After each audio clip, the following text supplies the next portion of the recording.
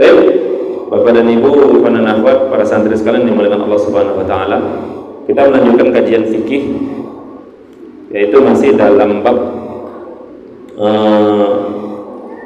berkaitan tentang apa kemarin? Perhiasan dan busana bagi wanita muslimah. Sekarang kita masuk poin pakaian wanita di hadapan mahramnya. Batasan mahram melihat, batasan seseorang melihat mahramnya, apakah laki-laki kepada perempuan atau perempuan kepada laki-laki. Nah, tentu sebelum kita bahas batasan-batasannya apa yang boleh dilihat, tentu lebih dahulu kita harus mengkaji mahram. Mahram itu apa? Bedakan nanti mahram dengan muhrim. Ini banyak masih terjadi kekeliruan.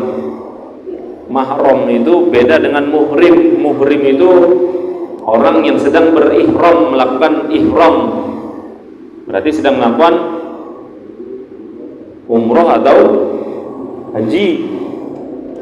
Ihram, memakai pakaian ihram, pakaian putih itu ketika awal kali nanti memasuki Mekah, itu namanya mahram, muhrim. Tapi kalau mahram artinya apa? Orang yang haram dinikahi, wanita yang haram dinikahi secara permanen. Masuk dalam bab bahasan ini secara permanen maksudnya apa? Karena nanti ada wanita yang haram dinikahi secara sementara. Makanya nanti mahram itu ada mahram mu'abbad, ada mahram mu'aqqad, dua Bapak Ibu. Mahram mu'abbad, ya, yang haram dinikahi selamanya. Ada nanti mahram mu'aqqad, yang haram dinikahi sementara saja. Artinya apa? Ada penghalang. Nanti kalau penghalang itu hilang, yang tadinya mahram jadi tidak mahram. Yang tadinya haram dinikahi menjadi, yang tadinya haram dinikahi menjadi tidak haram dinikahi.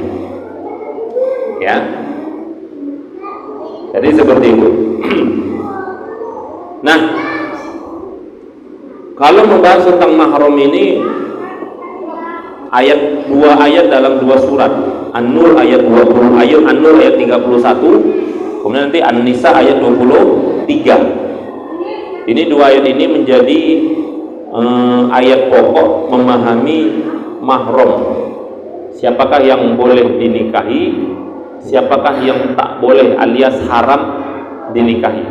Maka kaitannya dengan aurat, berarti siapa yang haram dinikahi atau mahram, maka berarti dia boleh melihat aurat. Batasannya, berarti batasannya ada, tapi secara apa dia boleh melihat batasan aurat bagi yang mahram, yang haram dinikahi. Contoh, ibu, saudara perempuan, itu kan mahram. Berarti mahram itu apa? Tak boleh dinikahi. Berarti boleh melihat aurat, boleh melihat batasan apa-apa, boleh melihat hal-hal yang boleh diperlihatkan, tapi tidak bagi yang lain, ya.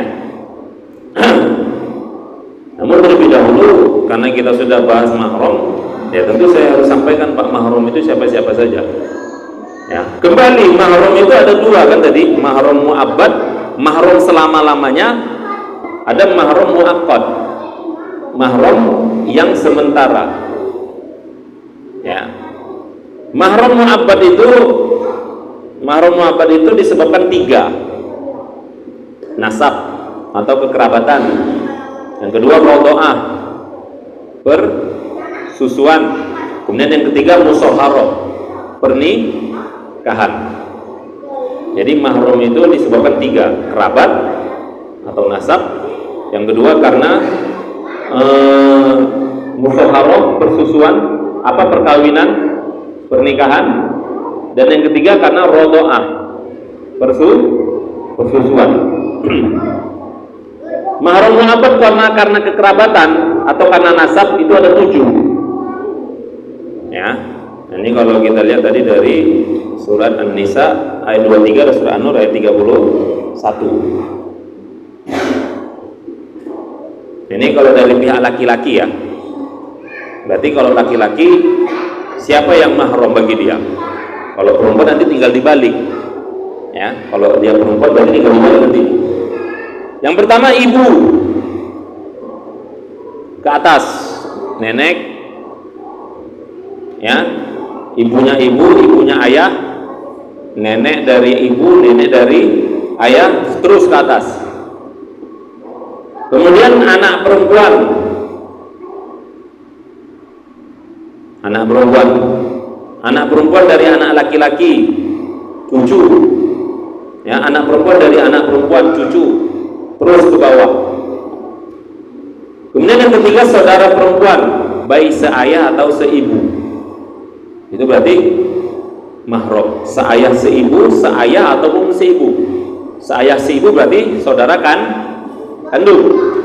Kalau kemudian ada nanti yang seayah saja, saudara seayah, saudari seayah. Ada nanti saudari atau saudara seibu atau saudari seibu.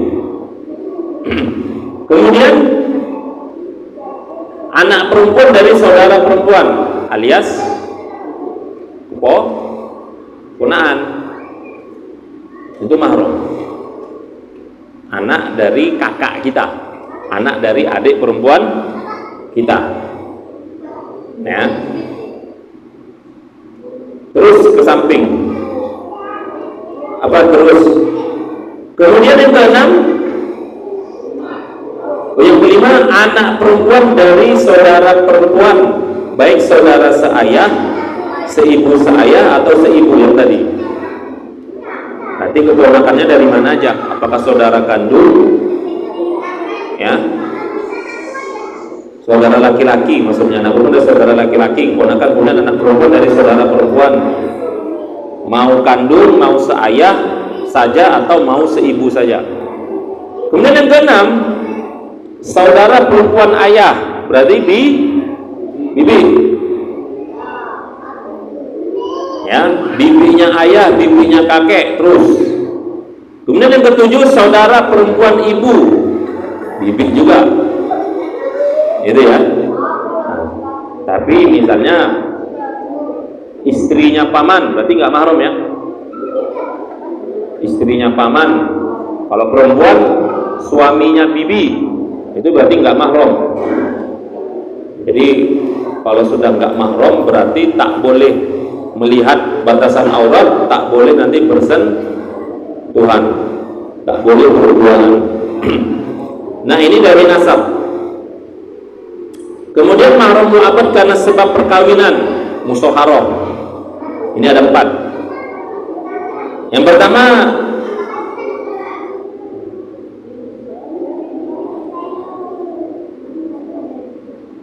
istri dari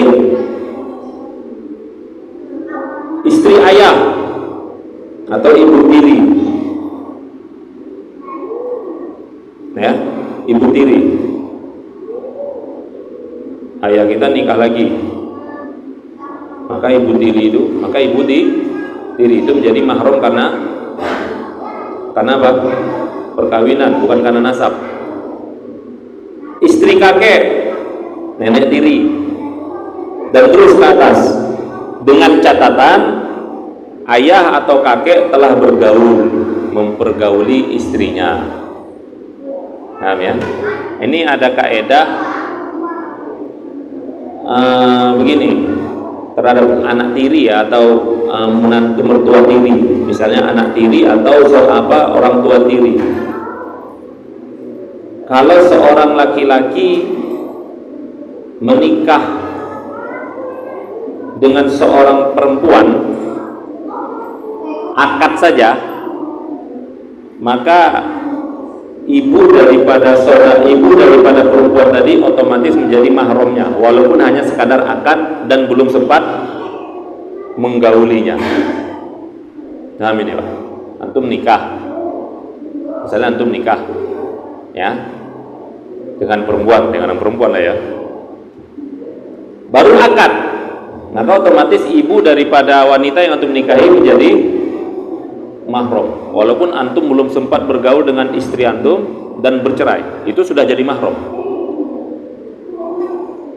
Tapi kalau antum menikahi seorang wanita, ya, seorang wanita punya anak perempuan, dia punya anak gadis. Antum menikah dengan seorang wanita janda misalnya kan, janda punya anak gadis. Kemudian anak gadisnya tadi menjadi mahram bagi antum dengan syarat antum sudah bergaul dengan ibunya. Tapi kalau belum sempat menggaulinya, baru akad saja, kemudian dicerai atau meninggal, maka boleh menikahi anaknya tadi. Paham ya? Mana tahu nanti ada yang punya pengalaman seperti itu. Yang belakang udah wanti-wanti. Gitu ya. Nah makanya termasuk nanti cucu tiri itu jadi mahram semua. Tapi gini perhatikan ya, ini masalah tiri, saudara tiri itu nggak mahram. Ada janda dan duda dan janda, masing-masing punya bawa anak masing-masing. Ya, si laki-laki kalau sudah menggauli istrinya, si janda, yang janda, maka otomatis anak-anaknya menjadi mahram. Istrinya pun begitu. Tapi bagi anak-anak mereka itu tidak ada hubungan kemahraman. Jadi bukan mahram, maka berarti harus menjaga. Berarti apa? Boleh menikah dengan saudara tiri. Paham ini? Ya. Karena kan tidak ada hubungannya itu. Berarti saudara tiri ini harus jaga hijab. Paham ini, Pak? Ingat ya, saudara tiri, bukan saudara seayah atau seibu, beda. Masing-masing bawa anak menikah, janda dan duda masing-masing bawa anak menikah. Maka anak-anak mereka itu boleh saling menikah. Walaupun ayah ibunya menikah dengan ayah ibunya itu ya suami istri gitu. Karena mereka statusnya saudara atau saudari tiri. Jadi seperti itu. Kemudian yang kedua, mahram mu'abbad karena sebab perkawinan, istri anak. Berarti apa? Menantu. Ya, istrinya anak berarti menantu. Istri cucu terus ke bawah. Ya.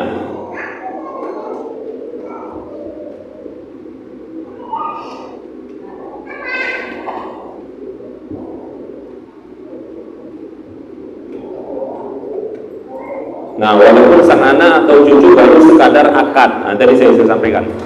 Kemudian yang ketiga, mertua atau ibu istri, nenek dari istri hingga terus ke atas. Walaupun baru sekadar akad nikah dengan anaknya, belum sempat bergaul. Jadi mertua itu mahram selamanya, Pak.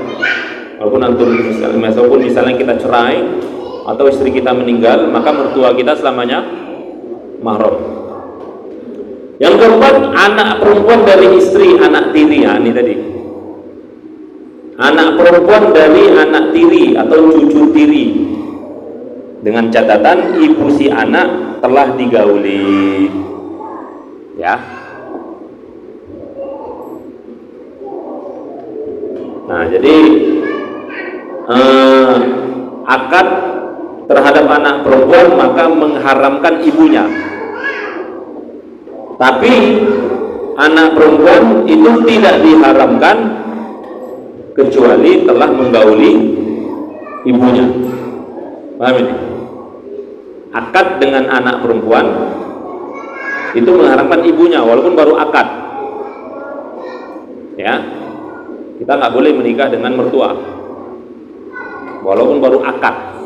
Tapi anak perempuan itu tidak menjadi mahram. Artinya tidak diharamkan untuk dinikahi kecuali kalau kita sudah menggauli ibunya.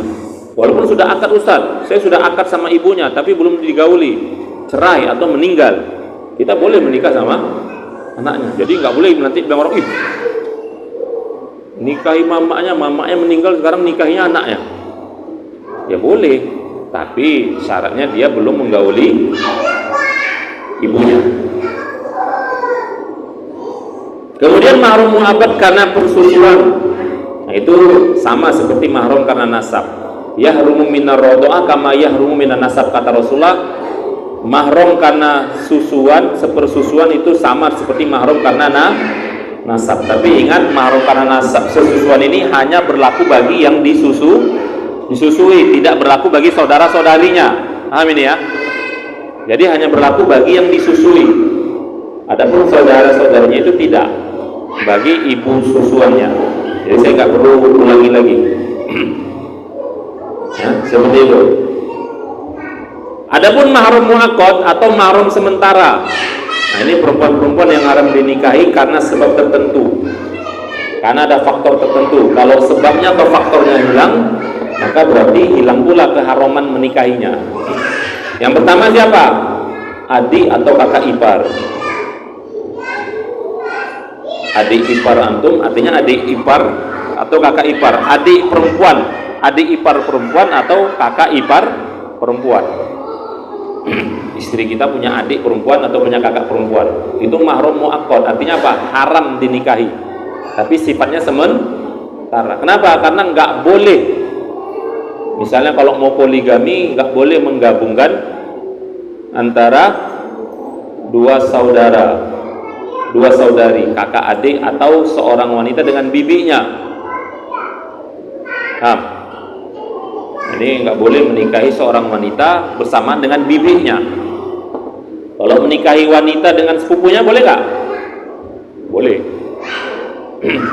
Istri kita punya sepupu, kita sudah nikah dengan istri kita, mau nambah lagi nikah dengan sepupu istri, boleh. Ya, tapi kalau nikah dengan adiknya istri tak boleh, haram. Secara otomatis pernikahannya batal.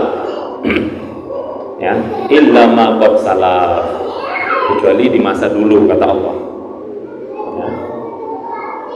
Yang kedua, bibi istri. Nah, ini tadi.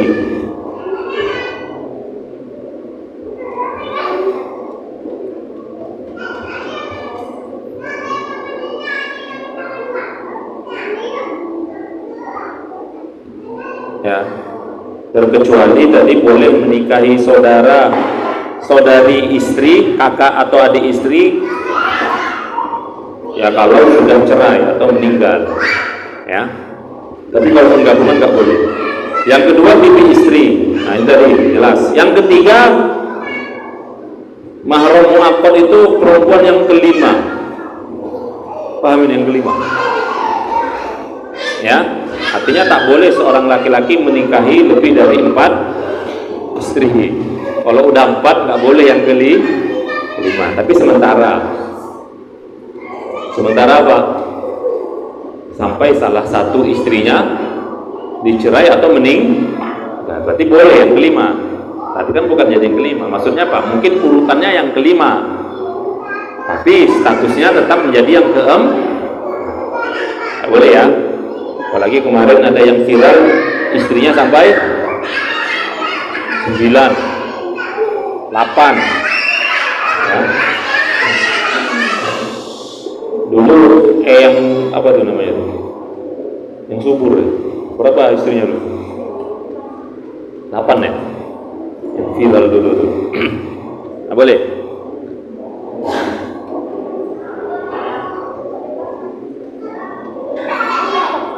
Kemudian perempuan yang bersuami itu mahram muaqqad, tak boleh, haram dinikahi wanita bersuami sampai suaminya meninggal atau cerai dan telah selesai masa iddah. Nah, kalau belum selesai masa iddah nggak boleh lah. Ya, jadi haram menikahi seorang wanita yang masih ada suaminya. Banyak kasus kadang menikah dengan seorang wanita yang tak jelas statusnya, udah lama ditinggalkan suami, tapi suami tak menyatakan talak, ya, itu nanti permasalahannya beda. Makanya harus jelas masih ada suaminya atau nggak ada, sudah dicerai atau belum. Yang keenam, perempuan yang menjalani masa iddah. Yang Yang kelima perempuan bersuami. Oh, yang kelima perempuan musyrik, penyembah berhala. Ahlul kitab boleh ya, Yahudi dan Nasrani boleh. Tapi kalau perempuan penyembah berhala, nah itu nggak boleh sampai dia menjadi Yahudi atau Nasrani, ya, atau dia masuk Islam, ya. Jadi kalau ada orang apa Pak? Hindu, ya kan, tertarik sama antum, nggak boleh, ya, suruh masuk Islam baru boleh. Yang keenam, perempuan yang masih menjalani masa iddah, baik karena wafat atau karena cerai. Ingat ya, bahkan ketika masa iddah ini nggak boleh dikasih, nggak boleh diganggu, Pak. Yang menjalani masa iddah karena cerai itu nggak boleh diganggu, nggak boleh dikasih sindiran. Nanti saya datang ya, maksudnya apa itu? Ya, kalau sudah selesai masa iddahmu saya akan melamar, itu nggak boleh Pak, kecuali kalau dia masa iddahnya karena meninggal.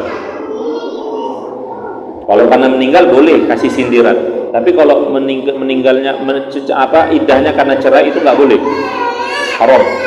Kenapa? Karena dia masih milik suami yang pertama.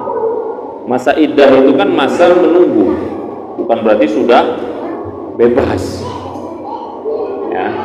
Masa iddah itu kan 3 kali kuruk, 3 kali bersih dari haid.